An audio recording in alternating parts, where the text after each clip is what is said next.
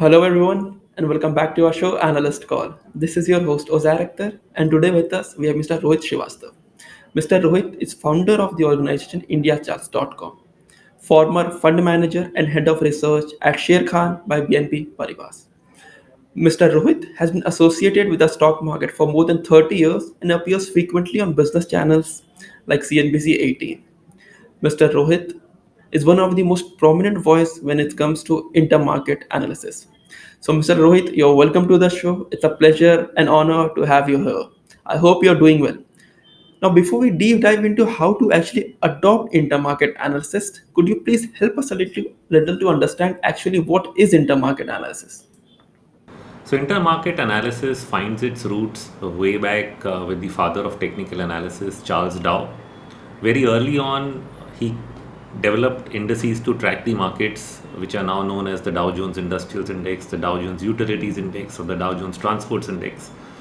And once he did that, he started to analyze these components based on their relationship with each other. So at major turning points, say for example, the market was, in a bear market, was falling for several months or years, and then it was about time for the market to change trend. What he would look for every time the market attempted to make that trend change is if the transports started to rally. Okay, he would look for an indication whether the industrials also confirm that change in trend. And if the industrials did not confirm that trend in change in trend, then he would consider it as a non-confirmation of a trend reversal and possibly that the bear market was still going to go on. Now, this form of analysis, where you are comparing two or three different components, different indices from the same market, which are part of reflecting the underlying economic activity, because after all, transports are your auto sector, utilities are your power and other sectors, and then you have industrials, which is the industry, and these are different parts of the economy. And so if the stock market starts a recovery and all the three segments of the economy are not reflecting a recovery, then it is an indication that probably the recovery has not happened. And so using this form of analysis by combining the use of different indices which reflect different parts of the economy, he was able to tell whether the reversal in trend in the market was for real or not. Now, this methodology has been extrapolated to understand various different relationships that we read about from day to day. And they've also been moved on to look at different markets. For example, you could look at the intermarket relationship between gold and silver. You could also compare things like, does a falling currency, that is, does a falling rupee, for example, mean that it is good for the IT sector? Similarly, does rising oil prices really mean that it is bad for stocks? These are the kind of questions that we can actually answer by looking at a chart of the combination of a couple of these things on the same page. And when we do that, we actually see something very, very different from what we end up hearing in the general narrative that the media tends to push at everybody, because the media tends to push a very, very obvious narrative. For example, they'll tell you that rising oil prices are bad and stocks should crash. Okay, but that might not necessarily end up being the right picture, because rising oil prices are nothing but a reflection of a improving economy.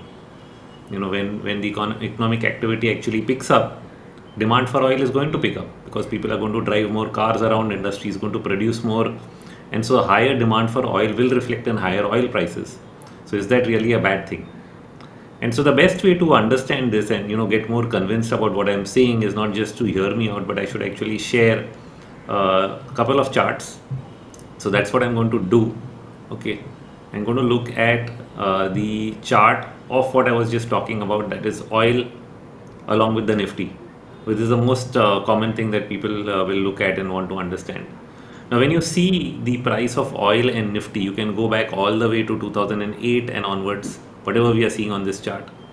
You find that prices are rising together, okay, most of the time, and they're also falling together most of the time. So from the top of 2008 here, oil prices were crashing, but so are equity prices, down to the bottom of March of 2009. From there, you can see a recovery both in oil prices and equity prices. So why is it that we believe that this relationship is inversely correlated and not directly correlated? There are short periods of time when the two will start diverging from each other. So if we just zoom into 2008 period, what we'll find is that in the late stages of this bull run, okay, where both oil and equity had been rising together, there's a divergence. There's a divergence where higher and higher oil prices are not confirmed by higher and higher equity prices. And this ends up being an intermarket divergence between the two, which means high oil prices, which reflects an improving economy, is no more reflecting in higher stock prices, and therefore it may be indicative that a trend change is likely to take place. The same thing is also true at the bottom end, which is when prices have crashed, gone to the bottom end of the price action. You'll find that in late stages here, oil prices still fell to one more new low in the month of February or March, but equity prices did not. Okay, so the Nifty actually made a higher high at this point of time.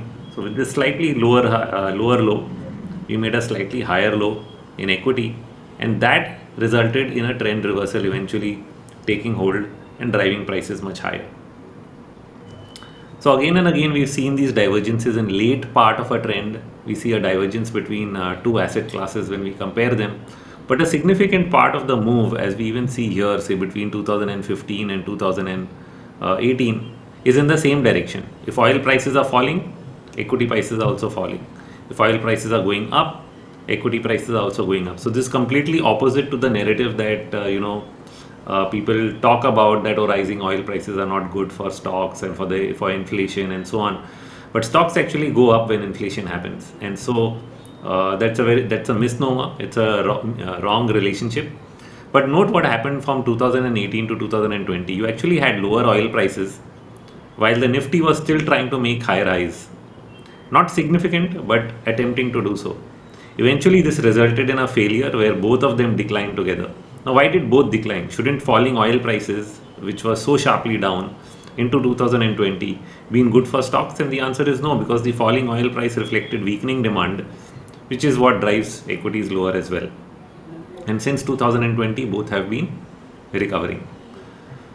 So this is a very direct relationship which we end up seeing between oil and equities, unlike what a lot of people end up believing.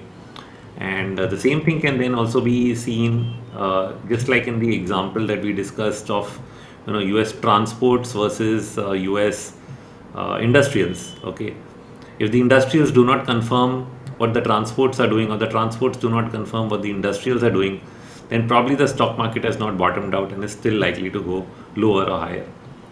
And if the two diverge from each other, then we end up looking at what that divergence really means. So here again in 2009, just like we saw between oil and Nifty, we can also see divergences at various tops and bottoms between the mid caps and the Nifty. Okay, so mid caps reflect a broad part of the market, a lot of the smaller stocks, and the Nifty reflects the large caps.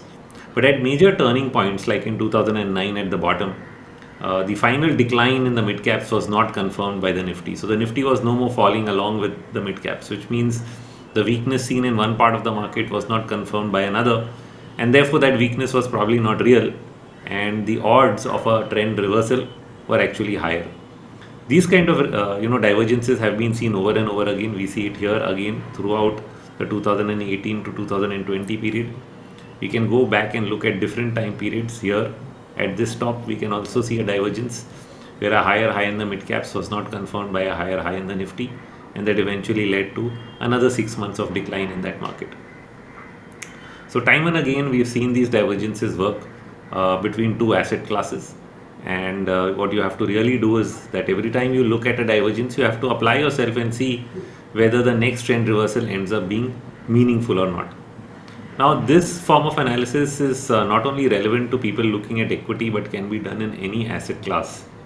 So we can actually end up looking at gold and silver, Sona Chandi, which is very popular with people who, some of them for long term are just accumulating. India mein to everybody buys gold and silver. Har Diwali pe there's a lot of buying of gold and silver, and increasingly since MCX got introduced, लोगों ने trading भी शुरू कर दिया है सोना चांदी में. तो what should they really be looking for?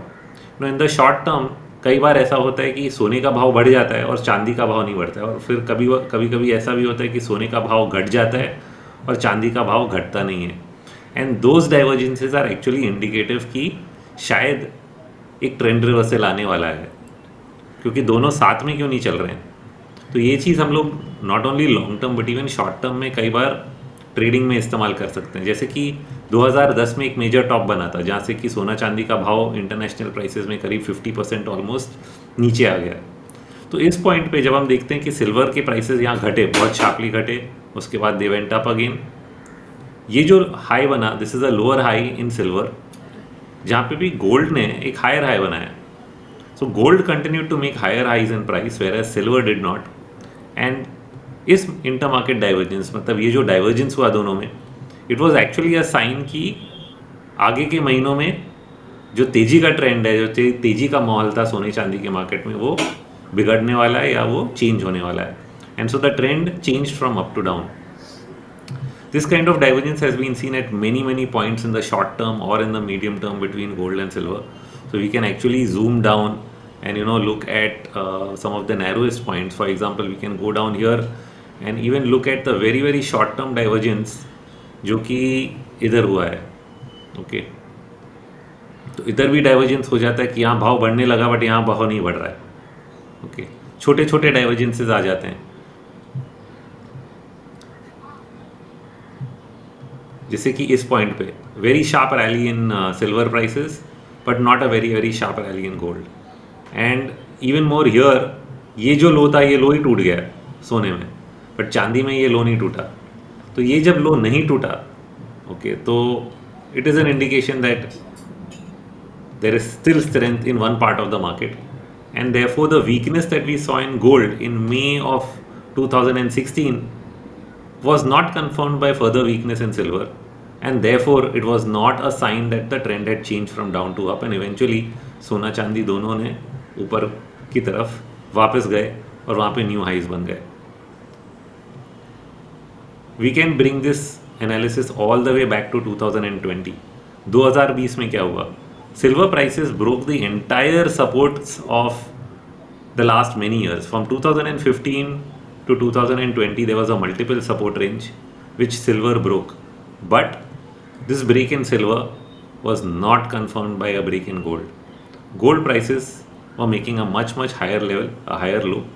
Okay, and this higher low in gold prices, which were not confirming silver, are actually a sign that this break in silver was a false breakdown. Okay, and therefore it was not real and probably due for a trend reversal. And in that sense, my sense is that silver actually ended up making a major bottom here in 2020 for the very long term. अभी इसी चीज़ को हम लोग इस साल में भी apply कर सकते हैं. 2021 में बहुत ही शॉर्ट टर्म में हम लोग देख सकते हैं कि पिछले 2 महीने में और इनफैक्ट एक महीने में, between June and the end of July, silver prices, चांदी के प्राइसेस काफ़ी नीचे आ गए. बट सोने का भाव उतना नीचे नहीं आया. तो इसका मतलब क्या है? इसका मतलब है कि silver, one part of the market, is not confirming the other part of the market which is gold, and this inter market divergence is a sign that the breakdown in silver is not real. Okay, it's a false breakdown unless gold also falls. Okay, so unless gold confirms the new lows in silver, the breakdown in silver could be a false signal, and we may be due to actually continue higher in trend. This is what the intermarket divergence between gold and silver is telling us. So these are 3 charts I've shown you with different applications of intermarket analysis between different segments of the market, which allow us to take a preemptive view of what markets might do. We can of course add many more indicators and tools to further confirm what we are saying. But these divergences give you an advance warning or indication that you need to dig a little deeper and be on your toes and not get carried away by the breakdown in one part of the market if it is not confirmed by another part of the market. Well, I'm very fascinated to say the least. The relationship between gold and silver is actually quite interesting.